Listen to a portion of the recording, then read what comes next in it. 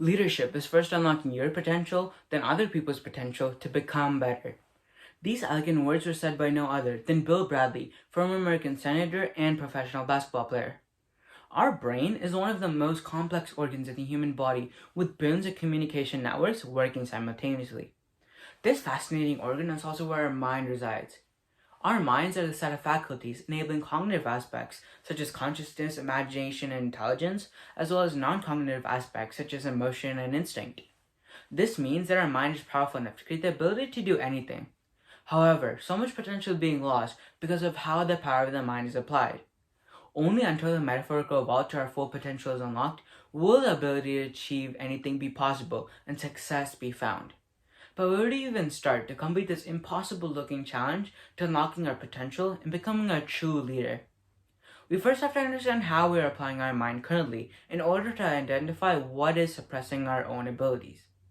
What unlocking your potential means is being able to release the maximum possible capacity within ourselves, and at the end of the day, being the best person you can be. But if everyone could do this, we all would be doing it by now.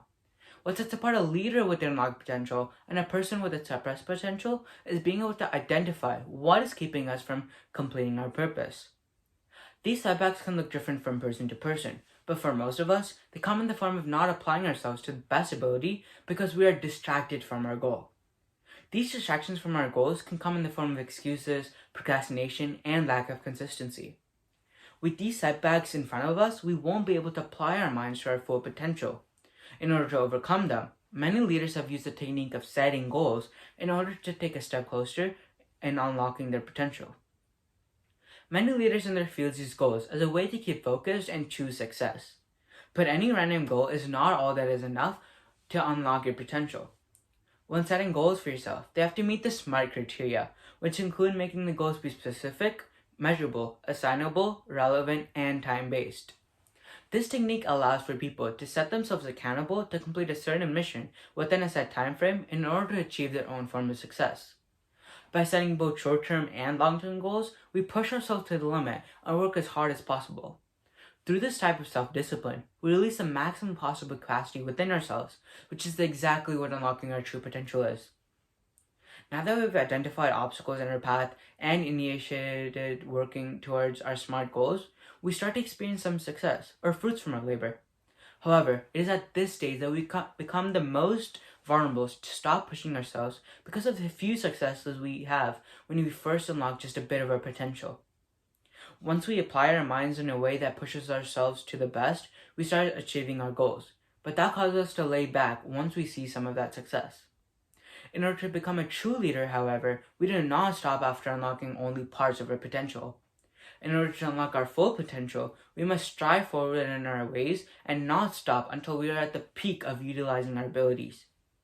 Even though our skills and abilities look different from person to person, which then changes what success looks like for others, at the end of the day, we know we have unlocked our potential when we self-reflect at ourselves and realize that we gave it our all, and not an ounce of potential was lost. As we journey through our lives, we strive to be the leaders of society and be the best versions of ourselves. Just as Bill Bradley said, in order to show leadership, we must unlock our fellow members' potential. But we can't do that unless we unlock our own full potential first. And who else to lead us with that mission than ourselves? At the end of the day, if we feel like we wasted our potential and did not try our best, it crushes our spirit. On the other hand, there is no other more rewarding thing we can have in our lives than knowing that we pushed ourselves through the metaphorical barrier and become the best versions of ourselves. So even though my words come to a close today, I hope that the message of how to apply the power of the mind becomes apparent and lives on through our lives to enjoy the rewarding success we experience when we unlock our potential. Thank you.